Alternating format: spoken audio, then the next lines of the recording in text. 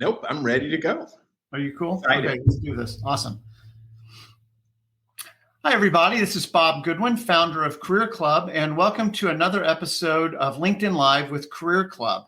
If you're not familiar with Career Club, we're using proven sales and marketing tools to help people find a career that matters to them.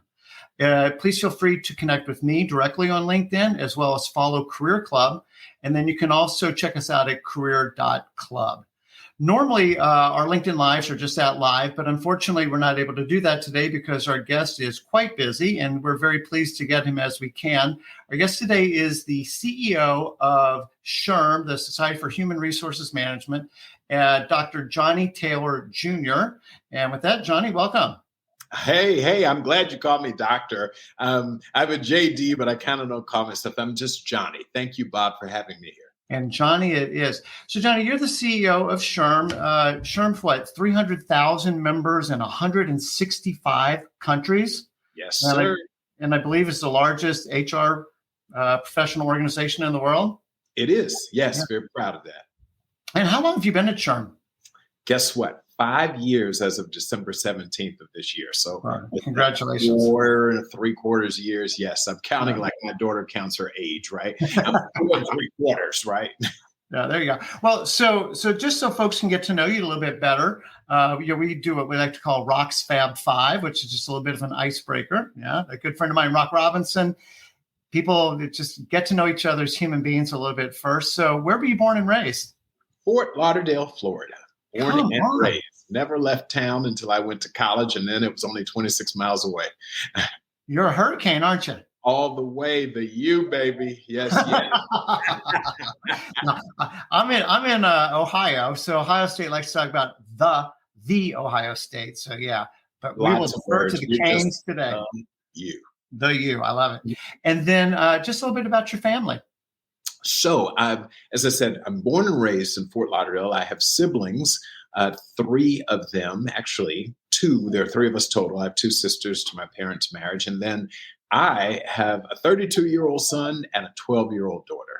And my goodness. Here in Alexandria, the 32-year-old is in Dallas running the family business. And my 12-year-old is now, as she reminded me, going into the 7th grade. She's a young woman. Her words, not mine. And we live here. Yeah, right. Alexandria, Virginia. Oh, that's awesome. That's a beautiful part of the country. So just because you've had a very interesting career, do you mind just sharing with folks just a little bit about your career arc and how it was that you ended up leading SHRM? Bob, it's so funny when people say interesting. You know, that word's like, I don't know if there's a compliment or what, but I've had a lot of jobs and different types of jobs. I'm a lawyer by training. And then I began as a tax lawyer and went into ERISA work and ultimately labor and employment law in-house and inside of major corporations, and also at times at a law firm, which is where I began. I then became an HR executive. First vice president role was VP of HR at Blockbuster. Yes, there was a company called Blockbuster. And then spent several years at Viacom companies, Paramount Pictures and the affiliates, et cetera, ultimately becoming general counsel and head of HR for Paramount's Live Entertainment Group. I and then got into the nonprofit world after 2 or 3 different successive senior HR roles. I was once CHRO for Fortune 500 company IAC, which at that time owned Ticketmaster, Home Shopping Network, Match.com. So a big conglomerate, and I was the global CHRO, and then found myself retiring at 40 years old. I decided I'd done all of the things I wanted, a couple of nice financial exits, and I went to do what I call purpose work. And my first purpose assignment that lasted for 7.5 years was running the Thurgood Marshall College Fund, which was focused on historically Black colleges and universities, the state or publicly supported schools, and then arrived at SHRM, as I said, 4 years and 9 months ago to lead the world's largest HR association. So I'm a lawyer, an HR guy, and a CEO in the for-profit and nonprofit space. Wow. What a diversity of experiences that you've had. Interesting, Bob. Eclectic. Right. So what do we find you doing, Johnny, when you're not at work? What do you like to do outside of work besides say yes, ma'am, to your 7th grader? Favorite pastime in the world is playing cards. Any type of cards, from Go Fish to Uno to a game I call Spades to Bid Whist. I am just a card player. And so whenever I have downtime, I'm sitting around the table with a group of friends playing cards. Now, is money ever involved in any of these card games? Money is always involved. I thought it might be. No, and sometimes it's monopoly money, just in case some of your folks from the IRS are listening. No, I actually just have fun, not big money, but yeah, it's a way of keeping score. So yes. Awesome. Very cool. So thank you for that. That was really fun. So I'd like to start off just, helping people who may not be completely familiar with SHRM. If you just wouldn't mind describing maybe the mission and the vision of SHRM. Yes. So the best way for people to really understand SHRM, I use this. We are to the HR profession what the American Bar Association would be to lawyers, or the American Medical Association would be to physicians. We are the group that represents the trade association representing the HR profession. And that includes all types of HR professionals, whether they're in talent acquisition, employee benefits, HRIS and systems and HR tech, like all HR professionals. We are that body that represents the profession. That's awesome. And then I'm very curious, and I suspect COVID has really kind of played with this, but how's the organization changed in the last 3 to 5 years, and then maybe a little bit about how you really see the organization changing over the next 5. Well, so I was lucky is the only way to say, are you lucky or smart? Well, I'm clearly just lucky and maybe a little smart. Sin. About 5 years ago, when I decided to join SHRM, it was because I literally felt palpably that the country and indeed the globe was going to start truly appreciating. When I mean appreciating, not nicely, but just understanding the value of humans and human capital. So I took the role because I just felt like we were at a special moment in time back in 2017 when when the role was announced and I ultimately started in January of 2018. So the story goes, what we've done over the last several years is rebuilt SHRM. At the time I joined, we were 70 years old. And we are now approaching our 75th anniversary. And we were literally a large group of HR people talking to other HR people about HR stuff. Very, very important sort of role in society, but it wasn't enough because we weren't thinking broadly enough about other groups that we needed to talk to. So what we've done over the last now 5 years, 3 to 5 years, and in reality, is we began to transform the organization to have a broader remit, where we would be all things work. We would be influenced by what's happening on the policy and the political stage. We would also influence what business leaders, CEOs, and CXOs think about human capital, in addition to HR professionals. So in shorthand, I've said we are now as SHRM focused on 3 groups: CEOs, politicos, and CHROs. Those are the 3 influencer groups that if we get it right, we can truly elevate HR. No, well, and to your point, and elevate the work experience that people have. It's so core to our lives, yes, right? And to have an organization like SHRM led by somebody that, like you, that is like really trying to do, as you say, all things work related, and because it's just so important, and so. I'm so glad that you had the vision to kind of take on that remit, as you said. Oh, thank you. It's a product of a ton of people here. We have a great team here in our Alexandria headquarters and offices in India. We have 3 offices in India, 1 in Dubai, California. We have a couple of offices. So we've literally taken this on as a global remit, and I'm very excited about what we're becoming. How would you measure success then? Like if we start to kind of fast forward 5 years, how do we know we've made progress?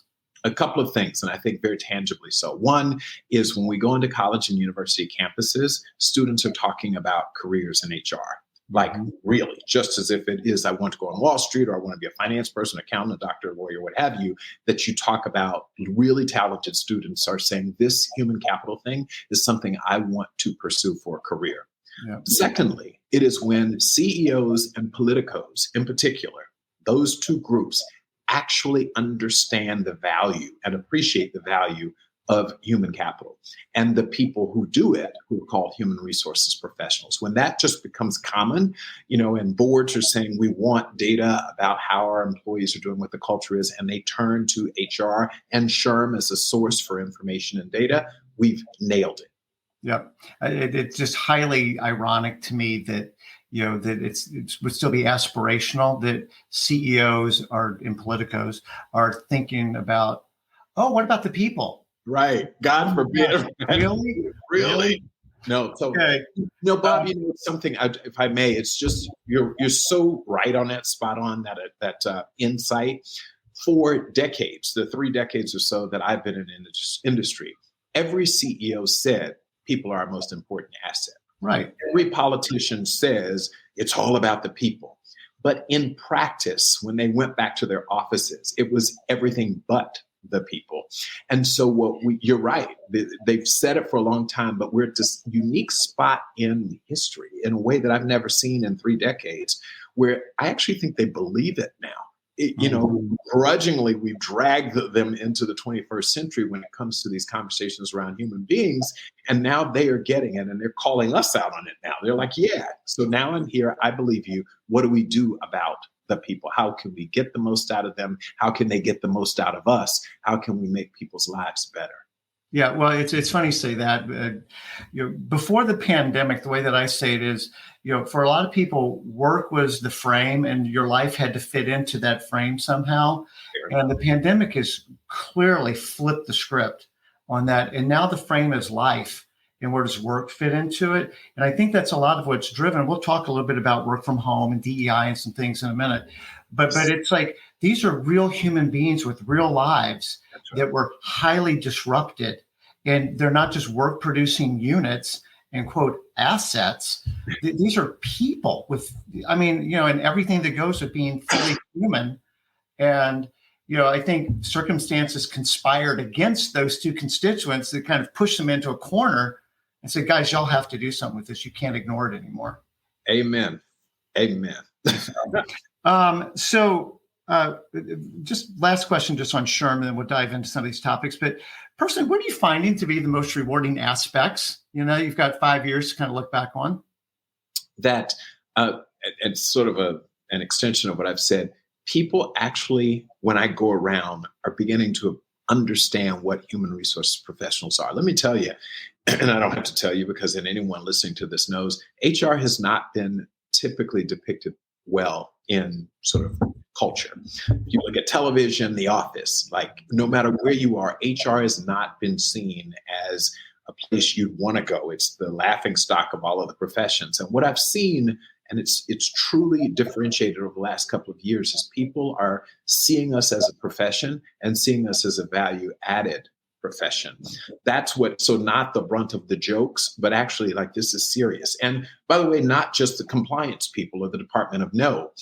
They're actually talking about HR from the perspective of adding value to organizations, for-profit or nonprofit. And that is really the thing that motivates me. And we played some small role in that.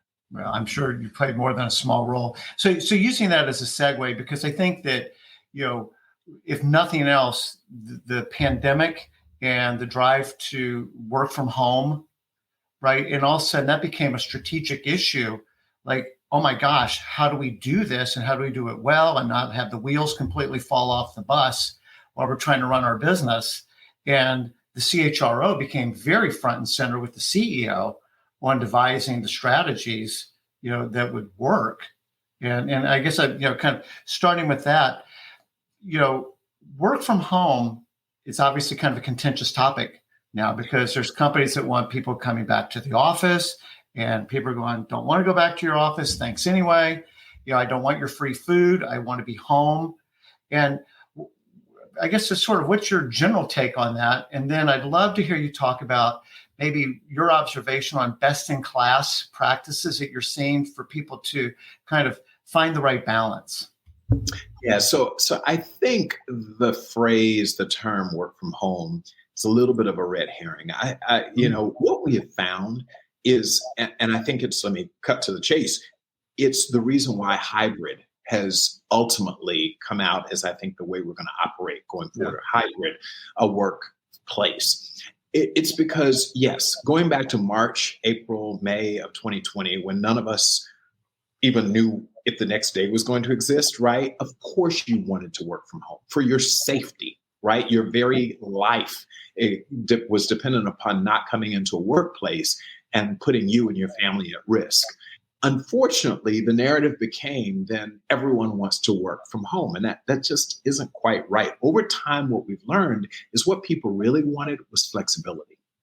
They wanted to get away from the Monday to Friday, 9 to 5, come to work to sit in a cube, speak to no one, to go back home, right? So it was like, what's the point of this if I don't need to be there to get my work done? In fact, it in some ways has made me less productive, made me less engaged. So what the pandemic delivered to us, which I tell people, the pandemic wasn't all bad. There were some great things that were the result of it, especially for the HR profession, but frankly, for all human beings. It forced us to challenge our notions of traditionally what is work, what is the workplace, when is work done, by whom is work done. So we were forced to really revisit it all. And on the other side of this, again, taking you to the end of the beginning of the end, was we now have almost every business I know, and there are exceptions, have finally accepted the fact that some work, a lot of work, can be done quite effectively, not within the four walls of the building.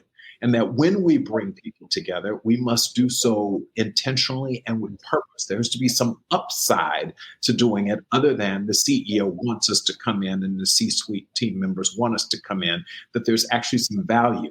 Now, what that has done, and we're in the middle of, I don't have to tell you because you know this, is we went from working remote to people now saying hybrid, and we're figuring out, we're very early on in this grand experiment. It drives me nuts when people say we figured this out. We haven't. Frankly, the first year of this, people were forced to work from home when there was nothing to do. There were no movie theaters, there were no coffee shops, there was not, right? No one flew anywhere. You hunkered down. So yes, we had incredible productivity, and we proved that it could be done using technology. What we have now is a different situation. People actually can also live and work, sort of the blurring of work and the workplaces you've defined at the box versus like fitting in. And so now we're trying to figure out, how do we do this such that we optimize employee engagement, employee satisfaction, while at the same time helping organizations maintain their culture. And at the same time, ensuring that organizations get a return on their investment. So, Bob, this is the sometimes area that people get kind of annoyed with me. In many organizations, most, in fact, the number one expense line is people. It's labor, it's wages, right? And so employers have a right to expect a return on that investment. Right? It's just fair. So while, yes, the conversation is important about, I want to work from home, we have to also allow corporations to say, and what do I get for it, given that I'm going to pay you to work at home? That's where we are right now. As a workforce, as human resources professionals, we're trying to figure out that magic word that you used at the end, which was balance. Yes. Well, and I'll reflect magic word back to flexibility, right? Yes. And I think that's such it seems like anytime something is mandated, it's almost destined to fail. Absolutely. And maybe as it should, but, bring that flexibility. Like, I'm a big believer though in, we're better together, and there's things that happen when we're interacting, in person that don't happen in a Zoom world, and you can't slack your way to greatness sometimes. Right. Well, it's like, but and then I think also, there's a sense of belonging that I think that people want. And yes, I like being at home, and I like, having dinner with my family, being home when my daughter gets home from school. Like, those are really great things. Those from a life perspective, but at work, there's a lot of value of interacting with my colleagues, feeling part of a team, and sometimes you can feel isolated. And, then there's just sort of all the casual innovation that happens in knowledge transfer that happens because we're just in proximity to one another, that doesn't happen, when we're just connected, tethered technologically. Well, no, you're spot on. I mean, I could go through all of those things, but the one that caught my attention is the esprit de corps, the sense of belonging to something. Otherwise, if we truly, truly operate in a fully remote environment, then work becomes very transactional. We have worked so long to build a relationship with our employees. We even use terms like my work family. And it's very, very transactional, which means if you're just going to do work for me and I'm going to pay you, then we actually create a very transactional relationship that I think breaks down the society and breaks down culture, runs counter to culture. Now, again, I'm not longing for the past when I say everyone should get back to the 9 to 5 Monday through Friday workday, but I am suggesting that we absolutely lose something, and we know it. There's all sorts of research.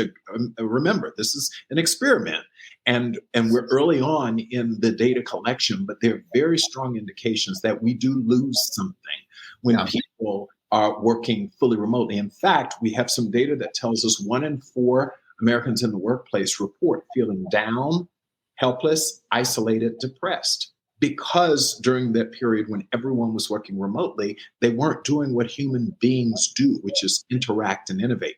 Right. We also know that, and this is a real one that I talk about in diversity, equity, and inclusion circles in particular, right? I want to specifically tie it to remote work, because there were no shortage of headlines that came out about a couple of months ago when they said, different groups, Black women don't want to come back to the workplace anymore because they're now not being subjected to the microaggressions that they had experienced pre-pandemic. And interesting line of thinking. What I would do and say and will do and say in response to that is, but at what cost? The reality is that term that you described, proximity, matters. And what we've learned, especially as an African-American who grew up in corporate America, is we used to always say our challenge with going up the corporate ladder is we didn't have exposure. We didn't have visibility. We couldn't build relationships with senior managers who, in most cases, were white males. Well, imagine what happens if you're at home, but your colleagues are back in the office. You're fully remote because that's what you asked for.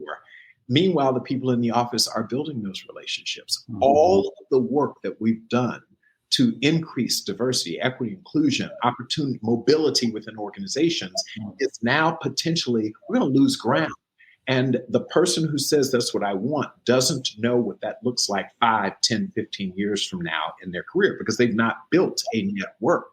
Yes, they can technically do the job, but they've not built a community of sponsors and allies who can vouch for them when they go into the workplace and are looking for that next job or that promotion internally. So I think we've got to be very careful about giving people what they want, because I don't think they fully understand the long-term implications. Well, that is just such an insightful point that you're making, because it is about the relationships that you build. As you say, the sponsors, the mentors, the advocates. And if all we're doing is transacting, as you say, then none of that happens. And so I think that's one. But thank you for kind of jumping on to the next thing that I was hoping that we could talk about, which is diversity, equity, inclusion, belonging. Yes. How do you make this? How do you counsel members and their companies that these are more than just talking points and programs and posters, but like real change is happening? What are the things that you're sharing with your members? So we talk about it in the context of, and I'm going to start, like I've been at this work, as I said, for 3 decades. And I was around when we only talked about diversity. Then we added the I. Then we added the E. And now there's the A for access, the B for belonging. I mean, the acronym alphabet soup. I missed the A, so okay. Yeah, A for access. I asked at a meeting, I said, what's the A? And they explained it to me. So here's the deal. I love the evolution. And I think net, this is positive from that standpoint. The struggle that we have, and that I think presents the best opportunity for us, is to think more broadly about diversity, and not just limited to the civil rights diversity. Again, I'm not poo-pooing it. I'm not saying that's not important, but more broadly, that as we bring people together who are different, and different can mean class as race, as much as race. It can be political viewpoint as well as gender. It can be age as well. Like there's just so many different dimensions of diversity. that if we're doing this as a program, you're going to overwhelm your workforce with programs. Like they say, I have a job to do, and now you got all these initiatives, and every day I'm supposed to be learning about something different. Like it's a lot. What we think, we're moving toward and away from diversity programs and initiatives to culturally embedded diversity. It becomes the way that you do business, the way you operate. Listen, I love things like the Rooney Rule that the NFL sort of created, but at the end of the day, should we have to do that? Should we have to prescribe to managers, hiring managers, you need 2 of this, 1 of this, a quarter of this? Like, it's absurd. And what that means is you focus too much on initiatives and programs and the administrative side of this, sort of very tactical, instead of building within your organization a true now atrophied muscle, by the way, of embracing diversity. We just have not done this well because we're so focused on checking the box. So as we think about this, and I'm talking with people, and we represent 1.6 million companies across the United States right now. We have members in these companies, and what they're telling us more and more and more is what you did, I'm not going to say didn't work, but it doesn't continue to work because we have moved from diversity to inclusion. And frankly, all of us are beginning to appreciate that diverse workforces create a new issue. We all thought that the Holy Grail was having a more diverse workforce. And the real challenge now is inclusion, because I have this phrase that I use. We are as diverse as we've ever been in this country from a workforce standpoint. And at once we're as divided as we've ever been. So we got diversity, but it wasn't like sort of the panacea. It didn't solve our problems. We created a really, really big problem, which is managing diverse populations, people who are different. That's hard. And that's where we're going now. We're leaving the focus. We renamed our conference at SHRM. It used to be the Diversity Conference. It's now called the Inclusion Conference, because you're going to get diversity. America's public school systems are majority minority. We're going to be more diverse. Your workforce will be more diverse unless you intentionally decide for it not to be. What you've got to do is figure out how to make each of those people, those groups, feel like they are included and that they belong. Let's piggyback on that idea for a minute, please, because I read the article in the Financial Times where we're talking about you've got diversity, but you got some very polarized diversity. And like, as you say, you kind of squeeze the balloon and now like another thing happened and like, oh gosh, we're counting on that. And so, do you mind sharing with the audience, what your perspective was now that you've got all these, different pockets of very strongly held beliefs and kind of bringing your whole self to work? It's like, oops, not sure I completely meant that. And so how would you maybe kind of build on where I'm going with what that article was talking about? Yes. So the article, for those of you who don't, it was around political diversity in the workforce. And we happed upon this, I think it was 2018 or 19. We launched some work from the SHRM research group. And we, if you just don't know, we have a large research team of PhDs, IO psychologists, statisticians, and we're constantly surveying and polling employees and workers to understand what's happening so that we therefore can equip HR people with the things that they need to do their jobs effectively. And what we began to sense was that the divide in the workplace, the number one divide in the workplace, wasn't race, it wasn't gender, it wasn't age, it wasn't that. It was political affiliation. Mm-hmm. It was viewpoint.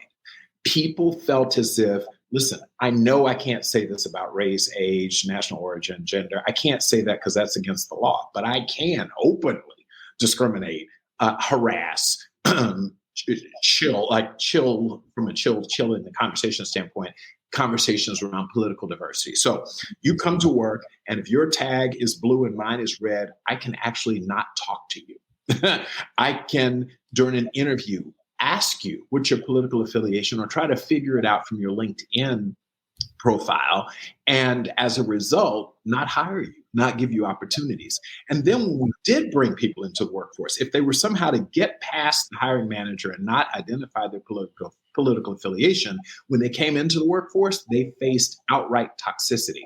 So what we were shocked at from our research findings was that political affiliation and political viewpoint was such a basis of toxicity in the workplace that people were leaving in droves looking for other opportunities.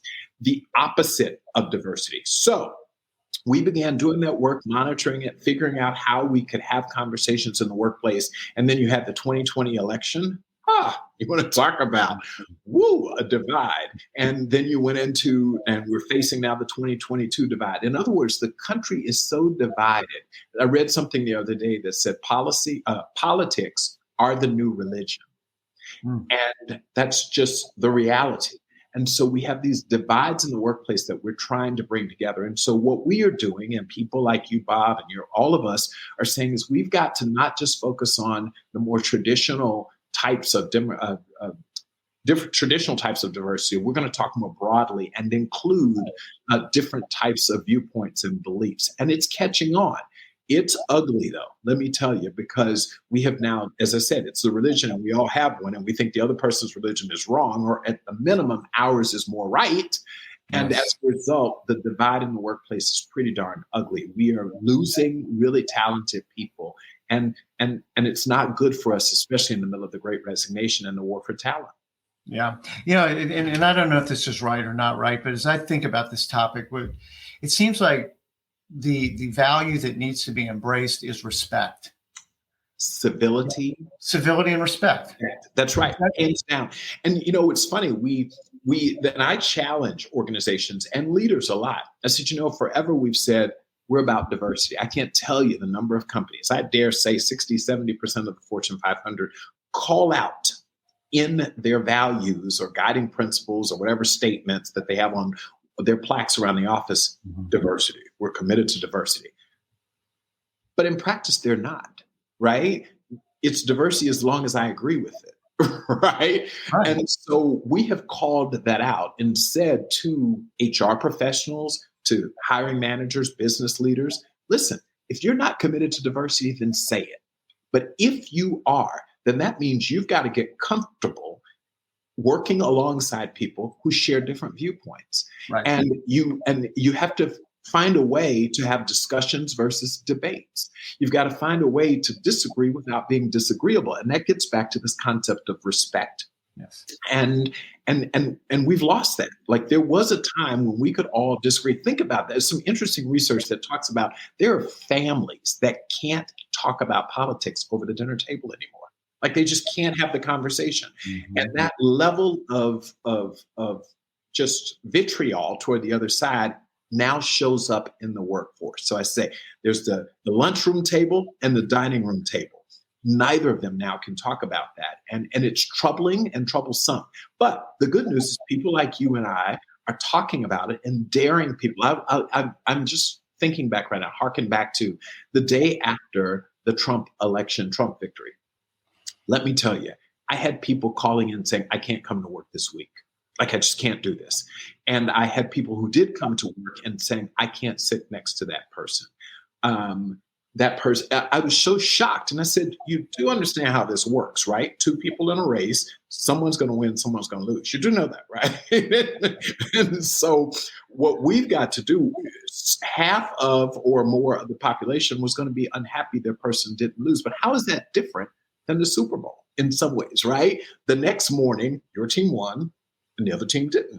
And I'm not trying to, by the way, minimize this and reduce it to that. My point being, we did not embrace diversity. We talked about diversity, but we truly don't embrace diversity. And that's an opportunity for human resources professionals to actually walk the talk. Yeah. We had David Taylor, recently retired CEO of P&G. Yes. And we talked about diversity. And, I just so admire and respect David, for all kinds of great reasons. But when we talked about diversity, he just really talked about like how just like we're better together and seeing things from another person's point of view. And it sparks ideas and creativity and empathy. And I mean, just like lots of really good qualities. And yet when we, as you say, on the one hand, preach diversity, as long as you agree with me, then we're actually shutting down a lot of really, really great benefits that make us better companies, but also better people. That's right. It's funny when you think about it, though. I'm not surprised at where we are. I think back to the earliest, and I think you'd agree, we used diversity experts at the time, and I was one of them, like would say things like, we're going to focus on valuing our differences. We're going to focus on, tolerating people who are different. Like we so focused, I think we overcorrected. We so focused on our differences as opposed to our commonalities. And by the way, you and I'm an African-American man, you're a Caucasian American male. We have far more in common than we have different. But we, as a profession or a group of diversity experts, like really focused on how different we are. And it's actually counterintuitive. If you think about it, you walk into a reception where you don't know anyone, you walk up to someone and you start looking for what we have in common, not different. You don't walk, where'd you go to school? Where'd you grow up? What we're doing is we're trying to find what we have in common. It's obvious that we're different, right? We got that from off the jump. That's it. So then the question is, so human beings naturally try to find what we have in common. All of our diversity initiatives, our diversity narratives and everything were around our differences. And so no surprise, fast forward 3 decades later, tons of money, tons of effort, that we haven't achieved inclusion because we were so focused on how different we were. Yeah. Well, I mean, I'm going to continue to enjoy reading what you have to say on this topic. And as you're leading from the front, yes, on this kind of an issue. And I'm so thankful that, someone with your influence and passion, is helping guide the conversation on this. Thank you, Bob. Let me just say this, though, I got to make a pitch for this. I need your support. And I'm being honest. And anyone who's listening to this, this is not well received by people. Like, right? They would prefer be at odds with each other than find ways to unify each other. We can actually get along with people who think differently, who look differently, whose experiences are different than ours. And this is not an easy sell. You'd like to think that this is easy, but every time I go out with this, and I'm going to take on I won't go into the topic because my folks won't let me, but the very controversial topic around the most recent Supreme Court decision. Okay. The bottom line is, I'm not here to say what's right or what's wrong or what the court did. It's not the conversation. But the fact of the matter is there's a split. Americans feel one way about the issue and Americans feel the other way about the issue. And if all we can do is let each group go to their corners, we'll never unite this country. We won't.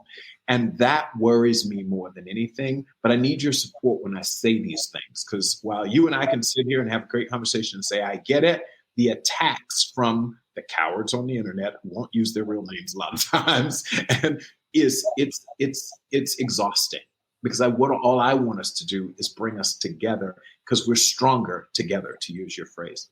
Johnny, there's a reason I wanted you to be on. So yes, I am very happy to support you in that. One thing that I'm very passionate about, and I would love to hear you talk about this, and I honestly don't know your answer on this one, but it does tie into diversity and inclusion, which is around folks who do not have a 4-year degree and their suitability for working in corporate America. And so forever and forever, you first thing, 4-year degree, and then we kind of go down the list from there. And minorities disproportionately, and I'm going to be redundant, over-index on not having a 4-year degree. Right. So all of a sudden they've been excluded from the talent pool before we even started to say, well, you might actually be really good at this. Or this is the kind of thing that you need to know a lot about the Canterbury Tales to do this job. But if you know how to do cybersecurity, I could use Oxygen. Yes.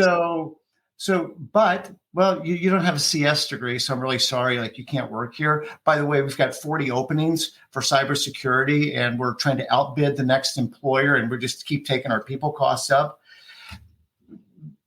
I'm a huge believer in that there are, just talking tech jobs for a minute, but, we've got our mutual friend Maurice at 110 and, other places that it's not just tech jobs, but, cloud computing, software engineering, cybersecurity. Like these are future-proof jobs, or they're certainly future-forward jobs. I'll say it that way. It continues to evolve, but there seems to be this resistance that those are candidates that we can and should be considering. And I'd love to hear your take on that. Yes, so it's dumb. There's no other way. It's dumb. It's dumb.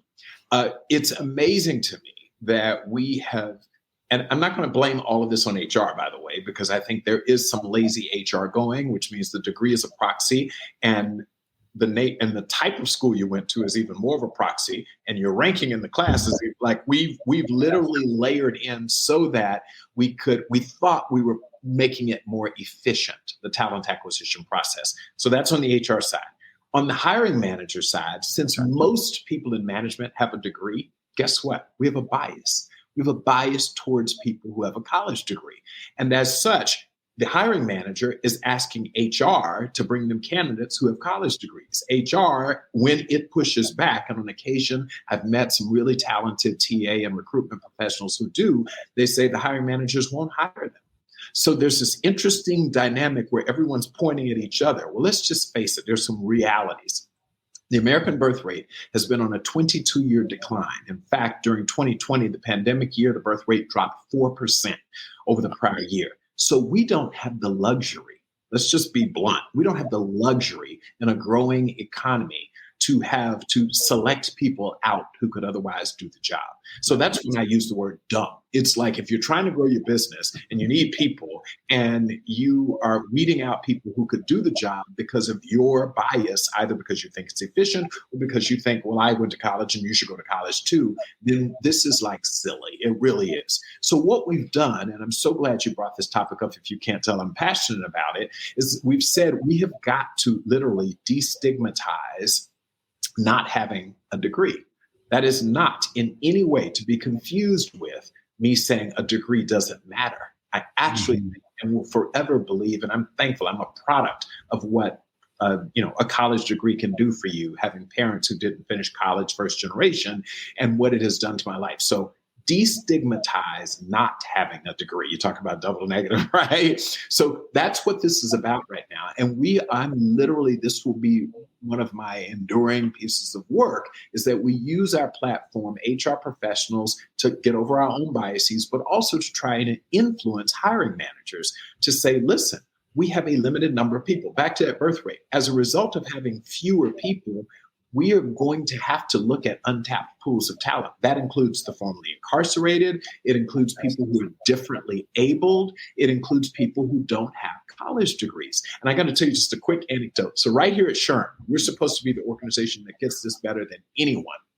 We open, you talk about tech jobs, programming, and all those jobs future forward. What about sales? So one of my executives said, I'm going to look for a VP of sales. He sent me the position description, a little rec we have to sign off on. And I look at it, it's VP of sales, bachelor's degree required.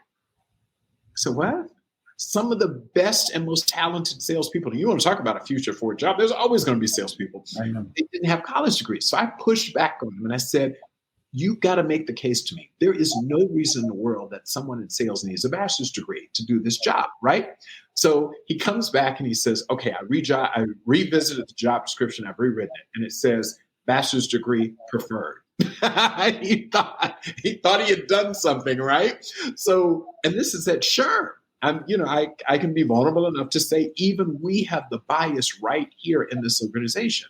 What we have to do is get over ourselves when it comes to this. We don't have the luxury of looking over talent.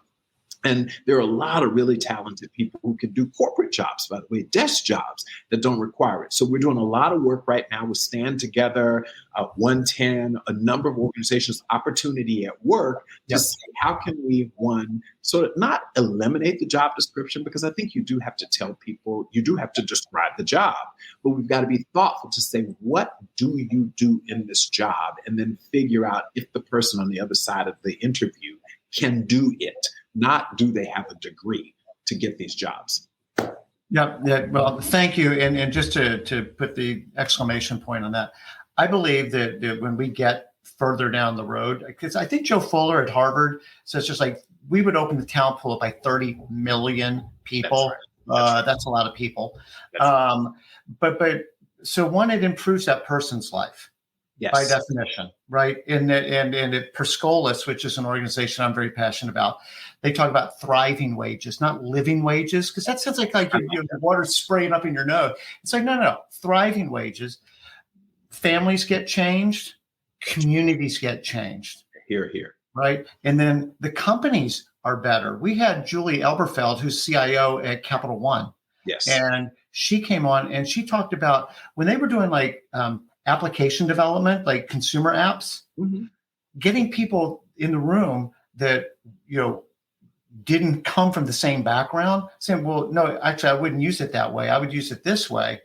Like if they had not hired some of these folks in, they never would have gotten that perspective. And they would have launched, if not bad, at least suboptimal consumer-facing apps, counterproductive to their aim. That's right. You're right. It's a diversity initiative at its core. This is really core to diversity issue, I believe. So super quick, last kind of topic is around layoffs. Yes. So, the economy is shifting and, what doesn't seem like very long ago, we're in this red hot OMG talent market. And all of a sudden, just like the brakes got slammed on, and we went from, fifth gear to second anyway. That's right. And, like, whoa. And I think even, some CEOs are saying, hey, even though my business is kind of okay right now, like, I don't know if it feels prudent maybe to kind of trim the workforce back a little bit, all the way to companies like, oh gosh, we've got to let go of 40% of our people or we're going to be dead next week. That's right. So how are y'all, kind of talking about layoff issues? And I would really love to hear you talk about what you think back to human beings and not, assets, right. Not just a cell on a spreadsheet, but the best way to, when we have to, I don't know if this is a good word or bad word, offboard folks, but, how can you help us think better about reductions in force? Yeah, so I'm going to quickly now. So let me start with, we're seeing two things happening. There are the companies that are trimming, reducing their workforce for financial reasons. So three. The second category is the ones who are looking around the corner and saying, I may not need to do it now, but to prevent layoffs in the future, I'm going to prepare. So they're hunkering down. They're not in trouble, but they're being thoughtful about managing their workforce so that they don't have to do a big layoff later. And then you are seeing what I've begun to see more and hear more about, which is what I've used the term top grading. They're looking around the organization saying, I now have the luxury of being able to go into the market and get a different level of talent. So the person who I settled for 18 months ago, I can now replace. So that person isn't losing their job because the company is actually reducing its footprint from an employee population standpoint. They're actually going to be replaced with someone the company says can do this job better, more effectively, more efficiently. So we're seeing all of that at one time, which is a shock to the system. I cannot disagree with you more. It's like overnight it happened. And then the layoffs started in the tech space. And then you saw the big retailers, Walmart, all of them saying, Amazon saying, we overhired. Yes. We overhired, and that we hadn't heard that in years, right? While at the same time, we see ultra low unemployment. I saw just today, the number of open jobs in America has dropped to 10.7 million. Still a lot, but a lot lower than the 11 million plus we've been talking about from last year, right? So there is a sign that the market is shifting. To your question, what can we do? There are a couple of things I want us to remember. You always, the guiding principle has to be empathy. Yes. You've got to make tough decisions. I got it. But it's the how when a reduction in force is necessary. So we start with, all of the rules about try to do them one-on-one. You don't want to do these cattle calls where everyone gets on a Zoom or even in a room and they experience their termination with everyone. That's horrible. And we know that to be the case. That being said, given the drastic, in some cases, draconian numbers, I don't know if you saw the other day, 7-Eleven laid off 900 people. And I understand they tried to do it with, the way we tell them to do it, There's no way to do that. There's no easy way to break someone's heart. Well, that's where you are. So what we say to employers is do a couple of things. One, be very thoughtful. If you're going to have to do it, go to the rest of the market and find employers who are still hiring. Maybe try to do playmatch.com. Like, I'm not going to date you anymore. There's someone else who will date you who's looking for someone just like you. So get a little bit more proactive. Secondly, really work on managers knowing how to do this as humanely as possible. Again, there's no way to make this feel good, but humanely. And we've seen countless examples of people do this very wrong. They don't have empathy. They don't even have sympathy. They just destroy people's lives. And something you said earlier, Bob, which is critical, that person then has to go home. So it does just impact that person. It's how they treat their children, their spouse, their community. They're angry. And we play a role in making sure that as people transition to new roles or even to the unemployment roles as they try to find a new role, that we do so with dignity and respect. That's probably the biggest thing here is you got to do it, but it's how you do it that's coming into play. The final thing is we're seeing more and more employers say, I'm just not going to put you out there. I'm going to put you out there, offboard you, but with some hope. And the hope oftentimes shows up in the form of, resume support, job support, like ways so that you just don't wake up one day employed, the next day not employed with any hope of becoming re-employed. That's a critical part of the work that we do. And just doing this, all of this sort of rolls up to being empathetic. Ultimately, ask yourself, what must that person be experiencing? What would I be feeling? That's right. If I were on the other side of this? And that will guide the way we go through what is going to be some tumult in the employment markets, just as we saw the volatility in the financial markets. Yeah. So that thank you for saying empathy and humanely. And hey, what if this was happening to me? That's right. How would I want to be treated? That's right. And as you say, these people are going home and they've experienced a loss. And what we see is until their emotions are in a better spot, they're actually ill-equipped to go get another job. Bingo.